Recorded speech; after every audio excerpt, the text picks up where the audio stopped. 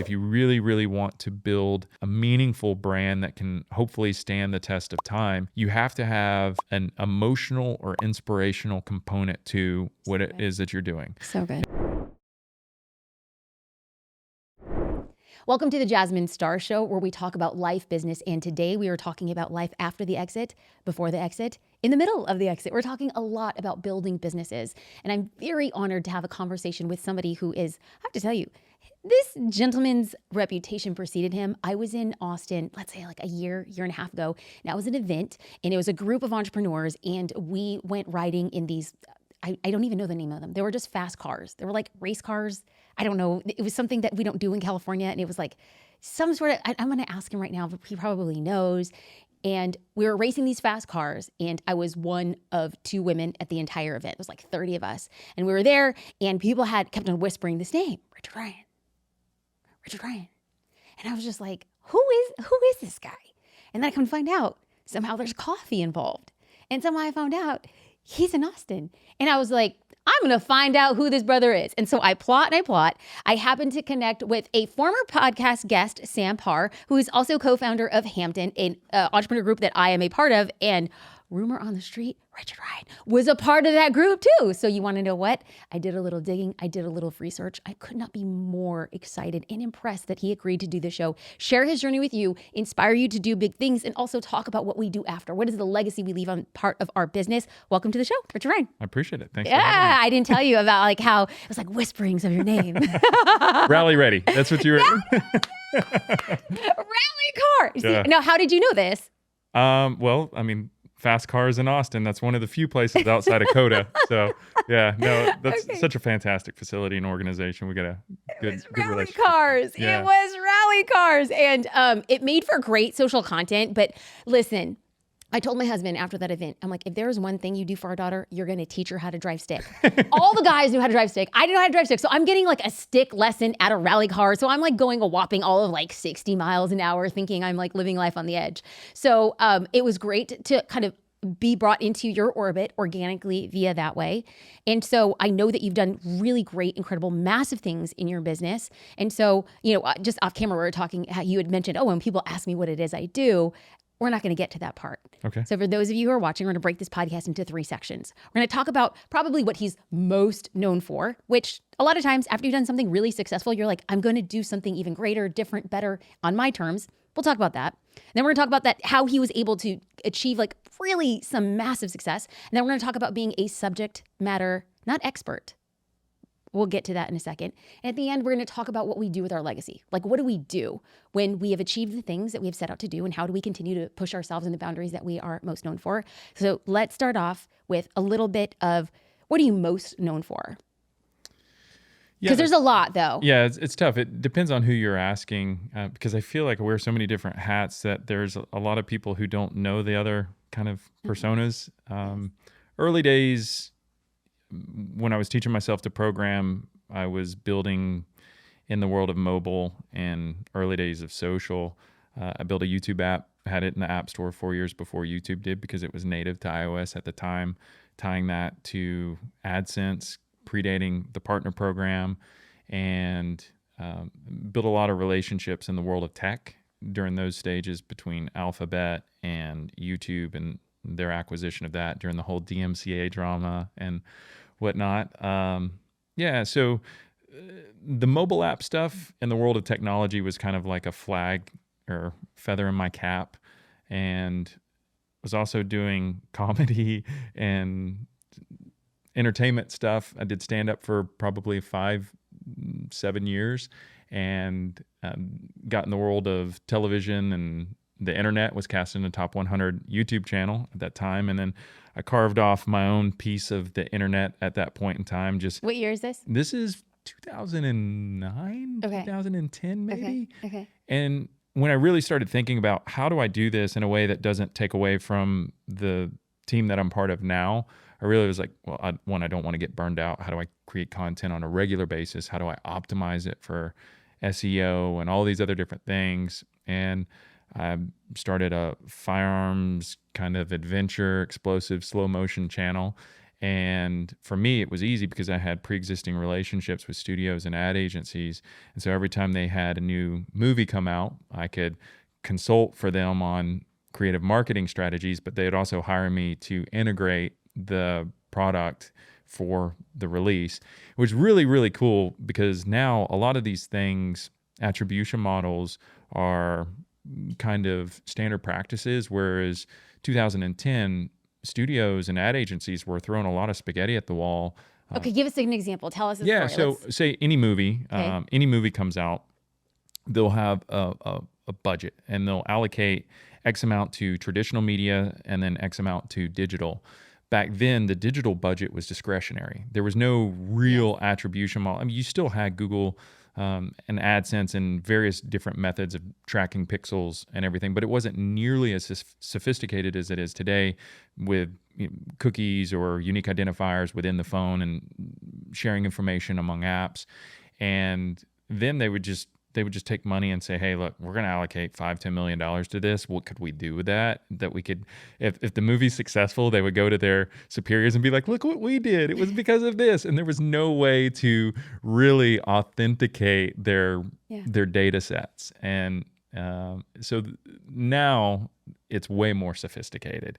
And it's kind of interesting to see that the budgets have kind of inversed. Inverted. Yeah. So you have more digital spend than you do probably traditional unless it's a big blockbuster film. Okay, can we pause here? Yeah. Because there was like a lot. And so this is part of the reasons I was really fascinated to have you come on the show is because you have a lot of life experience that gives like a very 360 look at business. And we're starting at the point where it was content forward and content head into whatever the case it was. You became a subject matter enthusiast about this. You were brought in because you knew a lot about this particular thing. And there's people right now, and I just feel like a deep impression. There's things that people are doing, and I'm speaking to you who's listening or watching, and it doesn't really quite make sense. But you are a subject matter enthusiast. If you see where the puck is going, your job is to get there before anybody else. And what I have seen Richard do is really go to where the puck is going and then position himself right at the right time. And so he's looking at content. And as you are looking at content, you're looking at it and there are things that are traditional that are done and there's things that are not so traditional. If I hear it correctly, lean into the not traditional.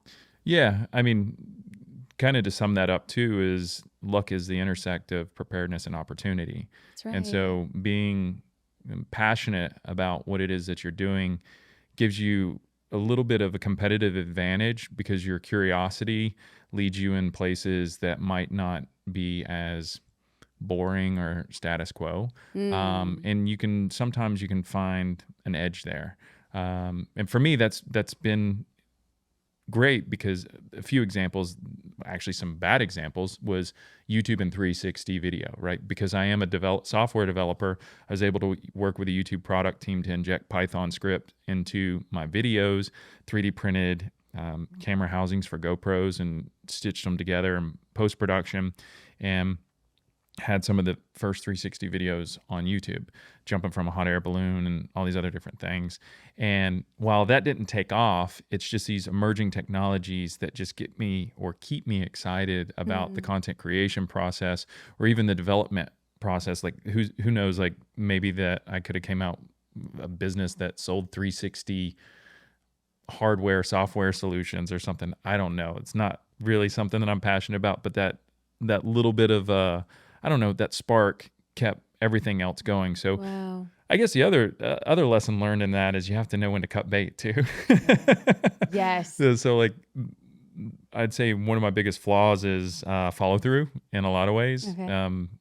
The A/B testing, because I cut bait really fast. Okay. Like as soon as the enthusiasm's gone, it's really hard for me to follow through. Oh, this is good. Okay. I have to bring somebody on to do that. Okay.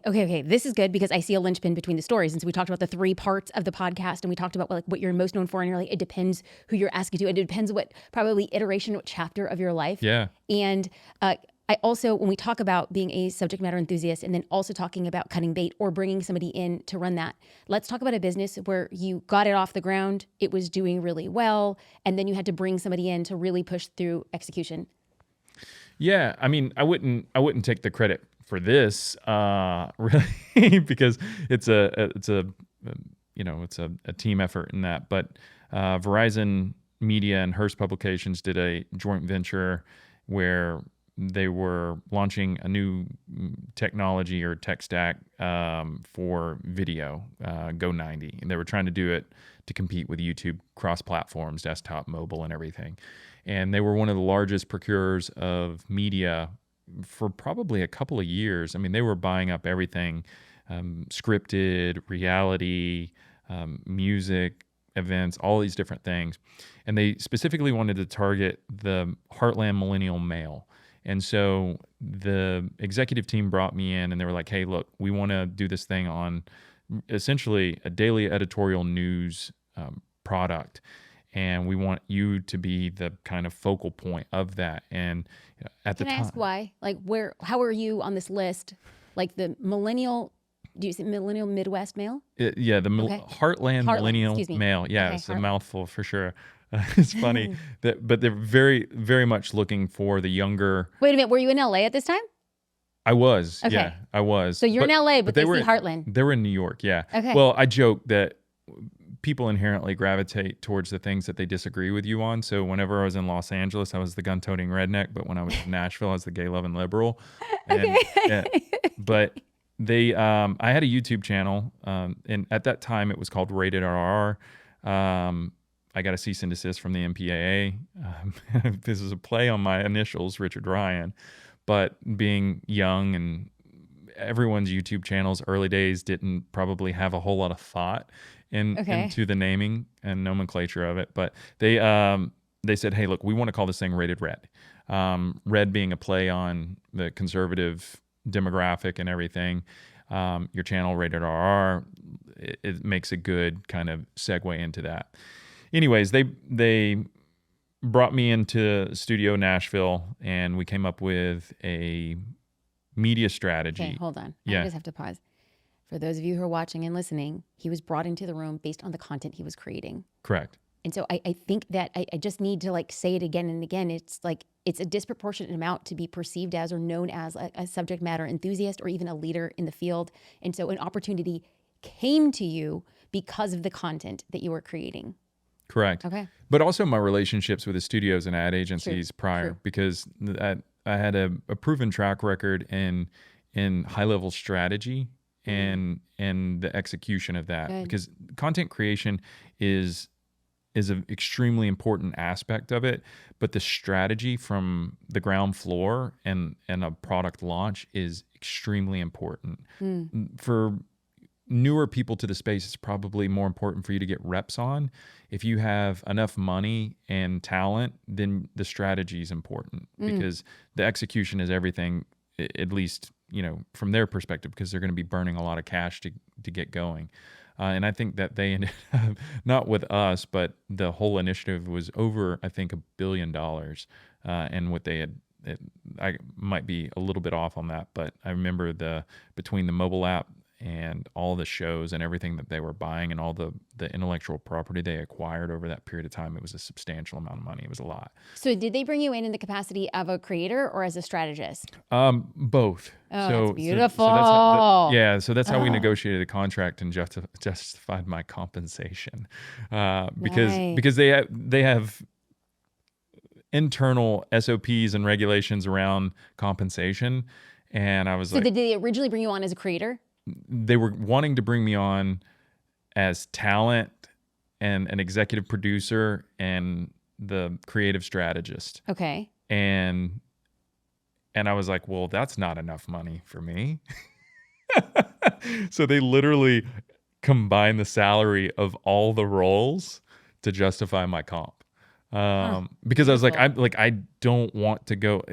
Sorry, this could come across probably as arrogant, but not at all. Not on the show. I would much rather work a minimum wage job for myself than be paid above market for somebody else on a product that I don't own or a company that I don't own or have a vested stake in. Cool. Just because it again, to each their own. It's just, for me, I need incentives. I need motivation to outwork everybody. I was there at 1:00 in the morning with the Nashville Police Department showing up because I was cutting 2x4s and building sets and stuff. Like nobody's going to outwork me. Like that's, and I'm going to be compensated for it for sure. Got it. And so, so we came to an agreement on compensation and brought me in. After a couple of years working there, it was great. We were kind of the quote. It's funny I say conservative, but I joke that I'm libertarian short of anarchy. I really despise politics in so many ways because of, again, the incentive misalignment. But I was there. We did a fantastic job. I think within 8 months we had 1 million followers on Facebook, and we were growing pretty quick on YouTube and across other platforms. And again, I can't take all the credit for it. We had a team of close to 50 people. Incredible. And yeah, it was amazing because we were the bastard child of this kind of politically liberal organization that kind of had some, I don't know, disdain for us. We didn't get everything that we did was organic. There was no paid. Okay. Where the other products within that they kind of pitted us against as far as performance, they had paid media behind them. And okay, so I want to pause here. Yeah. This is a David and Goliath story. For sure. I mean, they're literally every truest odd is stacked against y'all. Yeah. Yeah. For sure. But we were the discretionary budget, right? We're like, hey, they're like, yeah, we'll just do this little thing to say that we have this in our portfolio or whatever. Oh. And okay. and so for me, I take that again as a challenge. And so game on. Yeah, that's exactly it. That's exactly it. So like I look at the playbook, and for me, specifically around media, I try to come at it from a very like strategic perspective. So I created a library of videos, be it cooking, tutorials, all these other different things. Black Rifle Coffee is another good example. Whenever we launched the company, I had... Okay, wait. We just jumped. Yeah, no. It's just the media strategy. It's all the same. Okay, because we got to come back to Black Rifle Coffee. This is like a huge, incredible, amazing, freaking hold your breath and just wait for it chapter in this man's life. But I'm looking at the story that we look now, and it's essentially preparing you to... They're actually going on at the exact same time. No. Yeah. Oh, I think I got my timeline. I thought there was like a brief overlap. No, I didn't know if there was which is really funny is that I negotiated my contract with Verizon to state that, one, it wouldn't impact my executive role as chief marketing officer or whatever at Black Rifle Coffee. Okay, then let's pause. Like if we're making a movie, because I know we're making media right now. We're making media. Like the scene is, I picture this, like it's dark, and then you got like an industrial couple lights, and you could actually see like the little flickerings of dust in the air, and then like the Nashville cops pull up and they're asking what you're doing, and you're like, I'm building a set, and then we like cut the scene, and then there's you building a coffee company. Like what in the world? Set that scene for me. Yeah, I mean, when you're single and don't have kids, you can really work a lot. Sounds like it. So for me, again, as far as the coffee company is concerned, I had 4 business partners, and everybody kind of had lines in the water. Where did it start? Yeah. Like, talk to me. Like, let's go back to literally. Sure. Oh my! What if I say the origin story? Yeah. Do you see what I did there? Yeah. Origin? I mean, well, I feel like mom jokes, dude. Mom jokes. I feel like the origin story changes all the time depending on who you ask or what the publication is. Okay. So Matt and JT, 2 of my business partners, had a clothing apparel company called Article 15 Clothing, and they had kind of some lines in the water in other businesses. They have a whiskey company, cigar company, and other business partners in those different things. And then Evan, he was doing a tactical media company, I think called Twist Ray, and then like kind of another media company that was kind of prepper related, firearms, food, and stuff like that, called Ready Man. And he wanted to do coffee, so he roasted, I think it was 100 bags for Article 15 Clothing in 2014, and it sold out really fast. And he was like, hey, look, there's something here, let's do this, let's make it official. And we created Black Rifle Coffee. And so, again, because people had so many lines in the water, I was negotiating my contract with Verizon at the time. And I was like, hey, I have all these other different brands. I have Full Mag, which has a few million subscribers on my YouTube channel. We're creating this Black Rifle Coffee thing. I have all these other different things. My contract needs to stipulate that good for you. I can promote any of that wearing the merchandise and any of the content that we create. Oh, that's so good. Yeah. Oh, that's so good. Yeah. So, it hurts. It's so good. So on someone else's dime in our first year of business, Black Rifle Coffee, I did 350 million views, impressions on it. Yeah. And so when people... Okay, when you look back at that, I mean, that's like a huge number. We said, but like, what do you think it was? What? Like, how are you? No. I mean, so Rated Red did 350 million views with me promoting Black Rifle Coffee in it on Verizon and Hearst dime. Yeah. Dang. Yeah. Oh my God. Yeah. So really that... Okay, hold on. I got to time out. If there are women who are watching and listening, I'm sure you totally got just what happened here. But let's bring it a little bit more contextual. Do you remember when Bethany Frankel was on Real Housewives of New York City and she was drinking her Skinny Girl margarita and it didn't exist? And then she gets married and creates her own company. Well, she's doling out bottles of Skinny Girl margaritas. And essentially, the Real Housewife franchise is sponsoring her commercials for her business. That's essentially what had happened over here at Verizon and Black Rifle. Yes, amen. Yeah, well, let's go, brother. That's the tip of the iceberg, though, too. Whereas, like most people, we don't get into the nitty gritty of talking about these different things. But again, you look at my background and the things that I get curious about, and having, I guess you could say, a competitive edge in the world of analytics and technology. This is kind of like the Wild West, right? 2014, 2015. The partner program really kicked off. The YouTube mobile app was 2012. So you have to remember, this is still somewhat the Wild West. So I was able to tie the unique identifiers of the Verizon channel, my Full Mag channel, Black Rifle Coffee's YouTube channel, and create and segment audiences to market Black Rifle ads to or whatever. And we could remarket at a fraction of a cost people who were already down at the bottom of the funnel. Oh my God. And so, yeah. Like I lose my breath, y'all. Like this is like buying land in Malibu in the 1940s. Yeah. And then it's you crazy. just went and developed, like literally, I did it again, developed. Yeah. You're developing. Look at That's me. exactly it. Look at me. And most people are like, well, duh. It's like, no, you don't understand. Back then, yeah. it was like calculus in space. Yeah, well, even Facebook ads and stuff like that. People don't realize Facebook was such a game changer. Even one of my business partners, he was just not very tech savvy, and I think he was just burning through cash. Spend $1, make $4.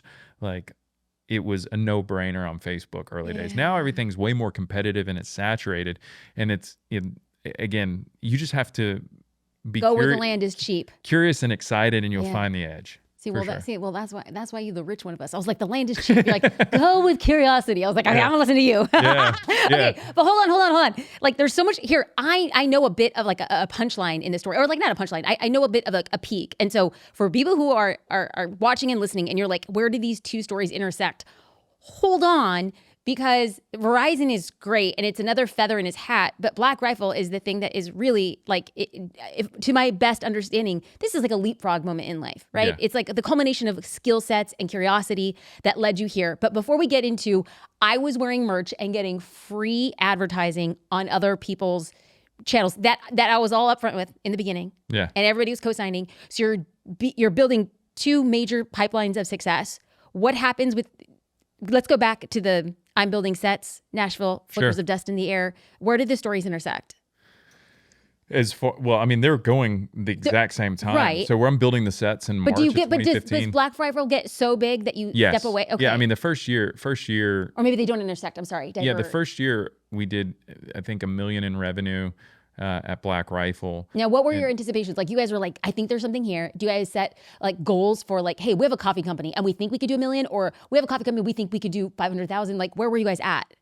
Yeah, I mean, I just have to lean on and give credit to Evan, the CEO on that. He was the one so focused on that, telling everybody, "Hey, look, like I need help. We need to consolidate here and cut out as many middlemen as possible." If you look at most of the coffee companies now, especially the creator ones, they're all using the same company to white label their coffee. Right. And it's a substantial profit margin that they're leaving on the table by doing so. And I totally understand it. Right. But Evan was really pushing to get enough money to have our own roasting facility, do our own packaging, and not have to Good for him. rely on 3PL and everything, which we do now. But you know, when you're using like the same 3PLs as like Apple and stuff like that, it really helps you turn the dials in a way that the market, as it adjusts, you can pivot in a way that doesn't cost you too much. Whereas in the past, yeah, that was a big problem to solve for. But so I would say in 2016, there was, you know, it was an election year coming up, and there was a lot of political winds that kind of carried us into the spotlight and controversy because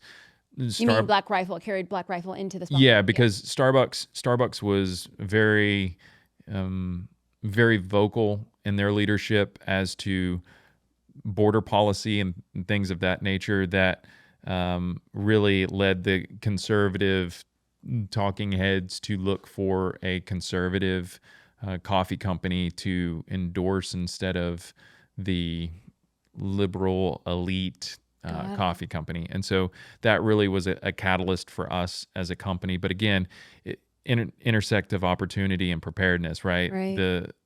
Evan and the team were very much dialed in a way that they were, it was a daily challenge that they were having to figure out problems to solve for,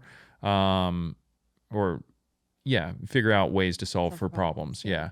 And it was... How much of your time during this time are you dedicated to Black Rifle? Half and half. Okay. So, and I love it. Like even to this day, ADD is a hell of a thing, and I don't know if I quite subscribe to it, but the attention component for me, at least I found, is I try to be as obsessive about one thing as much as possible, give it 110%, and then completely turn it off. And then I moved to the next thing. So the second I set foot on an airplane between Nashville and Salt Lake, it was like almost a different person. And it allowed that other one to rest and recover and come. And I think that was my strength, and being able to not get so in the trenches that it caused tunnel vision, and it allowed me to be objective at a high level, so that I can make the big, meaningful changes in either content or marketing. Amazing. So when we talk about the growth, like, let's stick at from 2016 and your focus, your 50%, 110% focus on Black Rifle. What does the content look like this? And then is there a big, like, what is the goal? The company goal is we want to IPO, or is it, are you guys taking on investors? What does this journey look like for this part of your life? Yeah. I mean, again, for me, my focus wasn't really on the financial side of it. And again, it's not my strength.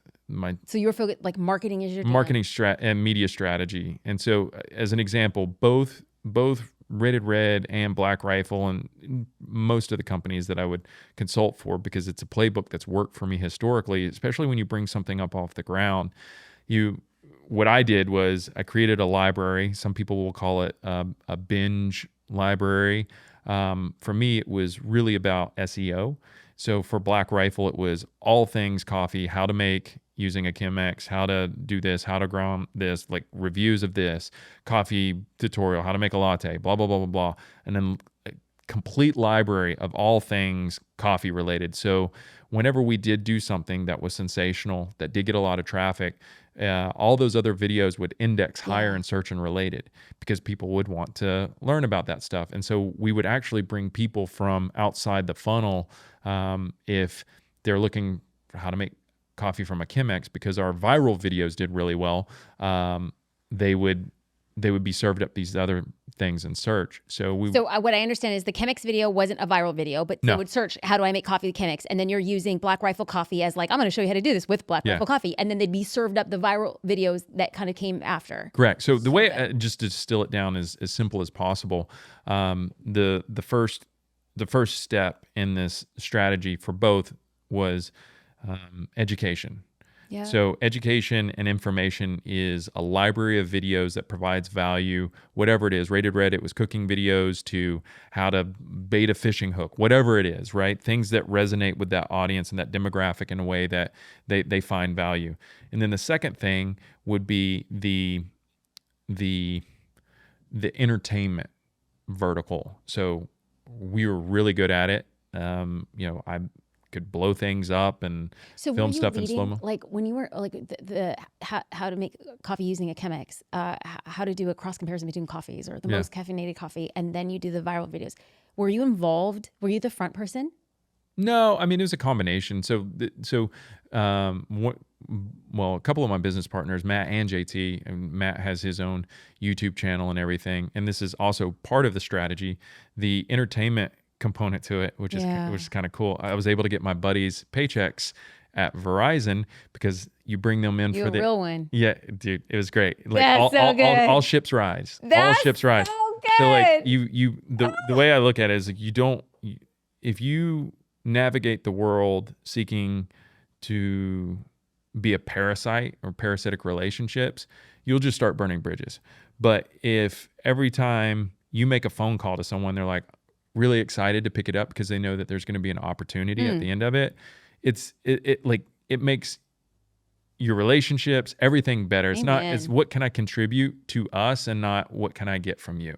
And so, and Verizon was super stoked about it because I brought all of these content creators on board after we had good. And we did a bunch of really entertaining viral videos, series, and everything. And then what that did, it reinforced our education library. So it indexes higher in search and related, because for most content creators, especially as you get big, your discovery is going to be probably the biggest growth vector. Like I would say 50% plus of your growth will come from search and discovery or search and related. And so we have that entertainment component in the middle really dialed in with the coffee company. I mounted a M61 Vulcan from an F-16 fighter jet to a Toyota Prius and did a bunch of crazy stuff.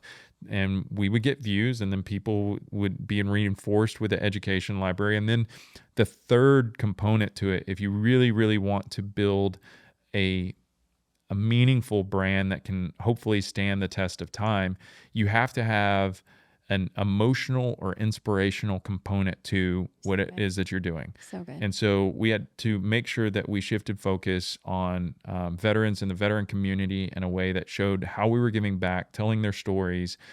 For Rated Red, it was documentaries and things that we cared about and shedding light on things. So it creates an emotional connection between the viewer and the brand in a way that, and again, the thing that concerned me and the reason why I resigned from my role at Rated Red to focus on the coffee company was because I owned the coffee company. I didn't own the other company. And the concerning thing for me is I build this trust with an audience. That's right. But I'm also the face of it. That's right. I run the risk downstream of that being leveraged against me or burning that trust and losing my credibility. And that's something that I refuse to. So I left in 2017 there. And I think it's still around today. But it's changed hands a few times and between BuzzFeed and everything else.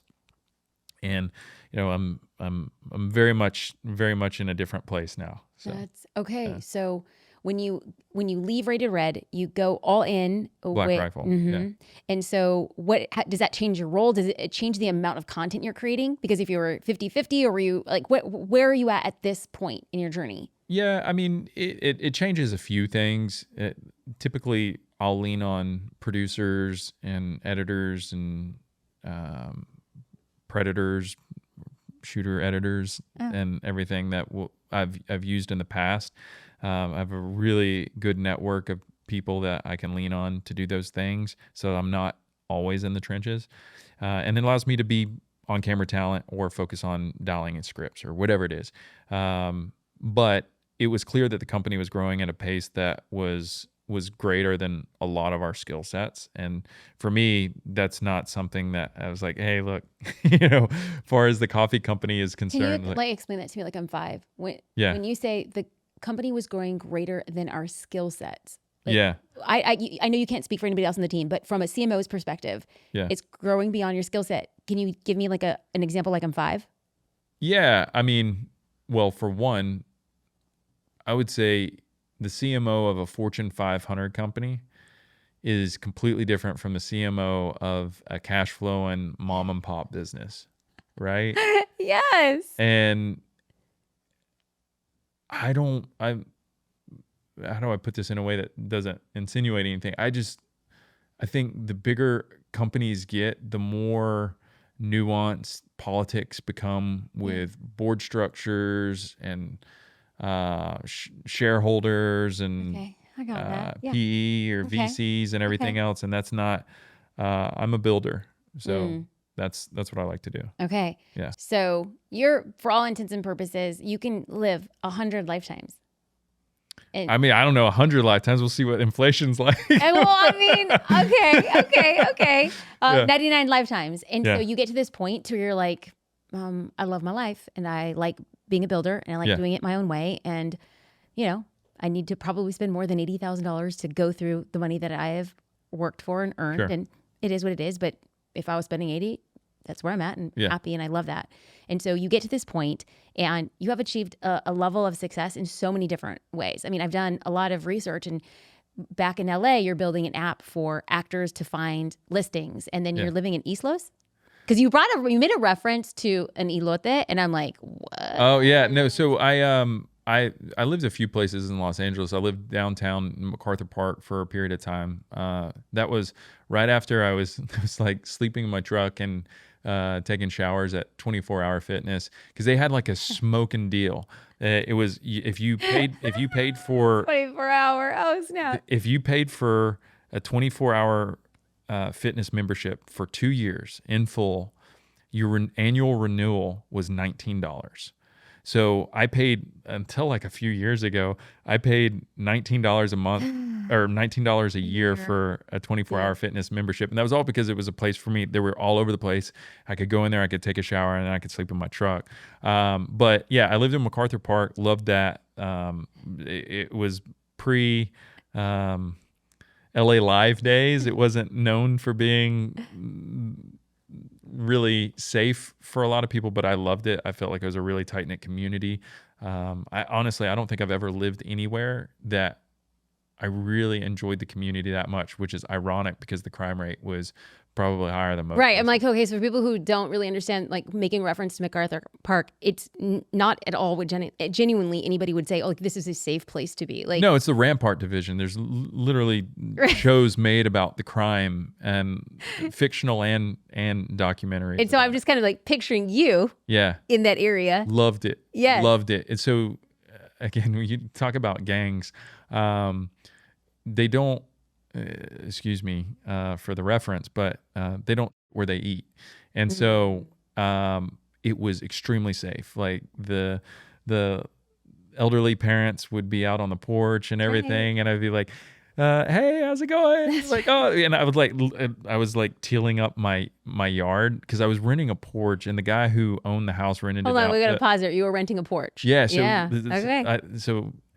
So USC is relatively close. Yes. And this Coldwell Banker guy, he would rent out rooms to USC students. And so he boarded up the second floor porch with like walls, and I put a window AC unit in it. And so it had like little screens and glass and everything. And that's where I slept. It's like $400 a month. But yeah, so I would rototill up the front yard, and I planted corn and everything. And the neighbors, they would be like, "Hey, we're having quinceañera or something on Saturday. Do you wanna grill asada and bring some corn or something?" It was like, They're yes. asking the gringo to Yeah, yeah. bring granizada and elote. Loved it, That's loved it, and it was funny. such a close community, and I loved it. There were fantastic people. Here's another thing. Like, again, this has nothing to do with. Well, actually, it is business. Every morning, because I was on the porch, this lady would wake me up, and she's going, "Naranjas!" just screaming. I'm That's right. Like, it's 5 o'clock in the morning. Who's buying oranges? Orange juice, baby. No, just oranges, fruit. I know, but you get I see. orange you get orange juice from oranges. But still, who's buying those? And then I was like really paying attention one day and watching her. She was selling bootleg DVDs.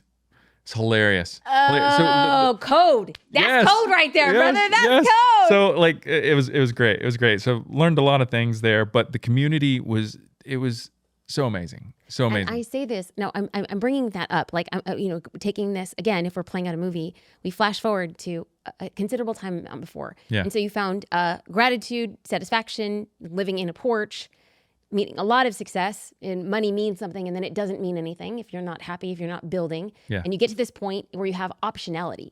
Extreme optionality in your life. And so you focus on being a subject matter enthusiast. And we could talk about all the different things that you've done. But I think that the greatest gift that you could give a listener is your biggest takeaways. Like, you have achieved, I think you are one of the most humble people. And this is one of the things that Sam had said about you, that you are wildly humble and you undersell some of the biggest things that you've done, which makes you a wonderful podcast guest. Because I don't want to sit here and hear somebody like list their CV, right? And all the things and all the commas and all the zeros. But like, really, now that you've gone through where you are and you've seen things from so many different perspectives, what are you doing now? Like, what are like the tool belt? You look back and somebody's listening and be like, I want what he's done. That's incredible. What do you know now? Because if we had that tool going through the journey and that ascension, we would be better because of it. Yeah, I mean, it's tough because I know for a lot of people, the goal is an arbitrary number because there's security in that. Mm-hmm. There's a type of certainty that allows you to relax and say, hey, like, tomorrow will be, I don't have to worry about the lights going out. But it's very cliche to say, but I know a lot of very miserable millionaires and billionaires. Mm-hmm. The money is not the goal. It can't be the goal, right? And again, I was trying to explain that whole dopaminergic system and the staircase. And if you're looking at a graph and you have, your dopamine, you're in like the middle at like a 5, and you're wanting to get to 10, that $1 million and, salary or whatever. In the bottom, the horizontal plane is time or effort or energy. If you win the lottery, you're going to hit 10 immediately, but then your dopaminergic system, you're gonna go below baseline because you're gonna realize really fast there was not a lot of effort or anything. Like, we need friction, we need the challenges to overcome the adversity. Like, whatever that challenge is in life, friction is good. Like, you go to the gym, effort is good. And for me, I've learned that whatever the top is, for a lot of people, it can be very lonely. Very lonely. And relationships change with money. They change with fame. They change with a number of things. So really, for me, taking time to define what my core pillars are, things that I care about, and really trying to prioritize them. It's very cliche. It's very cliche to say that money doesn't matter. I can almost promise anyone who's listening, once you get to a certain point, millions of dollars, hundreds of thousands of dollars, whatever it is, it doesn't matter anymore. The things that are going to matter to almost everybody, you look at all these rich people, what are they doing? They're trying to improve their health. They're trying to turn back the clock in longevity. They're trying to find people to hang out with or friends. It's like, and you think about, I have a fantasy football league of friends that we're actually doing our draft this weekend. And we've been doing it for 15 years. And some of them are content creators and everything. You probably know who some of them are. But it's like you really prioritizing these things that are fun and that you care about. It's again, I hate myself for saying it because it's so cliche to say that it's the journey, not the destination, but it's so true. Like, you really need to look at what you think you care about and try to reinforce that, whatever it is. And for me, I'm finding that exercise and generally like keeping myself curious about things, especially emerging technologies, because I feel like I have a responsibility too, because I've benefited from the world of web and everything else. And I've seen where the incentive misalignment in social has led to the attention economy and everything else, which we could totally unpack that. But for me, it's like meaningful work, meaningful relationships, making sure that the work that I'm doing is hopefully having some type of positive impact. Otherwise, some people will be like, oh, I want to make $1 billion. I'm going to go sit on a beach and drink a pina colada or whatever. Everybody who does that, everybody who's ever done that gets bored. Right. Like, it might be 24 hours, it might be a week, it might be a month, but you're going to get bored. You're going to become miserable. So like, really, again, I hate myself for saying this, but if you can't enjoy the work, you're going to lose a competitive edge and you're going to lose the point of the exercise. Because trading time for, what is value, right? It's subjective. But I traded my 20s to be where I'm at now. Would I trade it back to start over and go different path? Probably not, because I feel like I'm relatively healthy now. But if it came at a cost and, God forbid, like somebody in my family passed away and I didn't get to spend time with them, one of the biggest things that scares me more than anything in life is regret. And so I try to put my best foot forward every single day, and I try to live in a way that at least pleases myself 10 years from now. Because people ask, well, who would you fight if you like, or whatever, these thought exercises. Like, the person I can't stand is me 6 months ago, let alone me 10 years ago. So if I'm doing today something with trying to please somebody in mind, hopefully I can make myself proud 10 years from now from the work that I'm doing, because I look at videos from me 10 years ago and I cringe. So, so like, at least check my ego and that process and everything, and enjoy the ride. So, Richard Ryan, I could not enjoy a conversation, more cliched conversation. I was like, Yeah. bring on the cliche. Yeah. Like, call it cliche or just call it like your version of truth. And I too subscribe to that. I think I can get closer to the epicenter that you reside. And so having this conversation has been such a recalibration of me and like my desire and like, what is it that I want? Where do I want to spend my time? So thank you so much for that. And when I hear you talk and you talk about the regret, I'm so happy that that's the anchor of this conversation, because I think that to my best ability, I tried getting you to go in 1,000 different directions to talk about the levels of success. And I think that what now at the end of the podcast, I realized is like every decision, be it successful or a learning lesson, was anchored in no regrets. That's it. And I love that. And I'm like, that whole, exactly, like if this whole podcast is no regrets. And like, to me, that is the greatest gift, specifically where I'm at on my professional journey right now. And I'm like, I needed this podcast, and I selfishly, unknowingly, genuinely made it for me. And so I want to hear you remix. I want you to hear me say thank you. Like, this was so good. And like, whatever your purpose is beyond this room, like, please know that my life has changed because of you. And like, my direction is just like true north. And so I want to say thank you. And now I'll turn to the camera and say, Richard Ryan, y'all, I started this episode out here talking about rally cars, talking about how people are whispering his name. And now I know why. And I'm just so thankful. I hope that if anything, what you took was a deep, profound understanding that whatever it is you choose, no regrets.